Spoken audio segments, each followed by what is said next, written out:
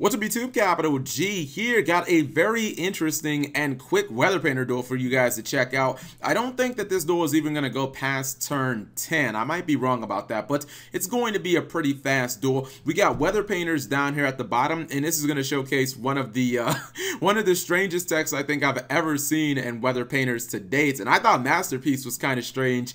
And then we have the Predaplants at the top, and he does kind of open bricky, at least I think. I mean, 5 monsters and a non-pendulum deck is not looking good. Even if he was playing pendulums, I mean, this dude has he's got anti-spell fragrance, and he opened really good anti-spell fragrance. He has a snowy canvas, and he has the Weather Painter snow, so he's going to get a lot of advantage turn 1. He'll probably end up going like +2 or something like that.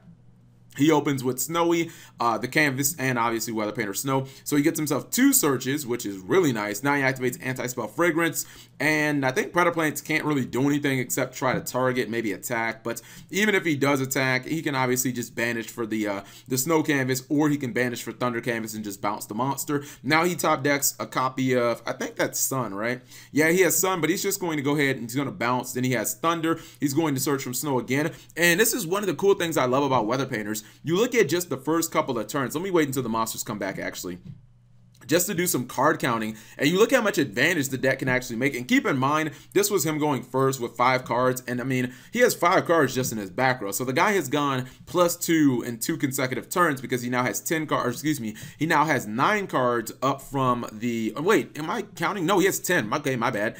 Okay, then he's doubled his advantage in a couple of turns. So that's pretty damn good. He's going to go ahead and search again. So he has 11 cards, which is just crazy. He's gonna bounce, man. The Snow Canvas is it's like the gift that keeps on giving. But check this out. He plays Infernoid Tierra, and he's gonna summon that card. He's actually going to summon it. He's going to spin back everything, all the monsters on the field, all the cards. I wonder if that was worth giving everything up. I mean, I guess it is, because it does give you a much quicker avenue to victory, and his opponent top decks. I'm gonna say that that's Refusion. Boom, Refusion, nailed it. And he actually just wins the duel because Tierra does 3,400 and he only had 2,900, and obviously he can activate, doesn't that 800? Okay, that's what I thought. It's like Premature Burial for fusion monsters, if I'm not mistaken. So let me go ahead and show you guys the deck list really quickly, because I haven't even looked at it myself. I'm kind of wondering what the hell is in there other than Tierra and the, you know, the standard Weather Painter core.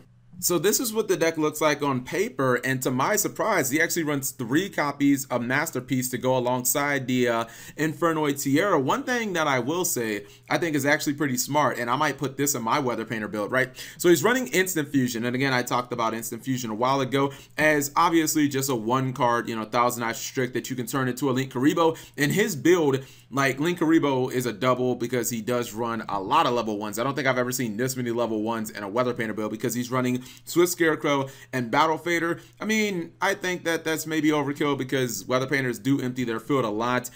Usually you just use the Mirror Force to kind of get rid of your opponent's monsters. But the point that I'm making is he runs Sea Monster of Theseus alongside those instant fusions, and he actually uses that to make Omega, which that's actually a pretty good play. I think that that is incredibly solid. You know, Omega is a very strong card. Obviously, it does not clog up your extra deck.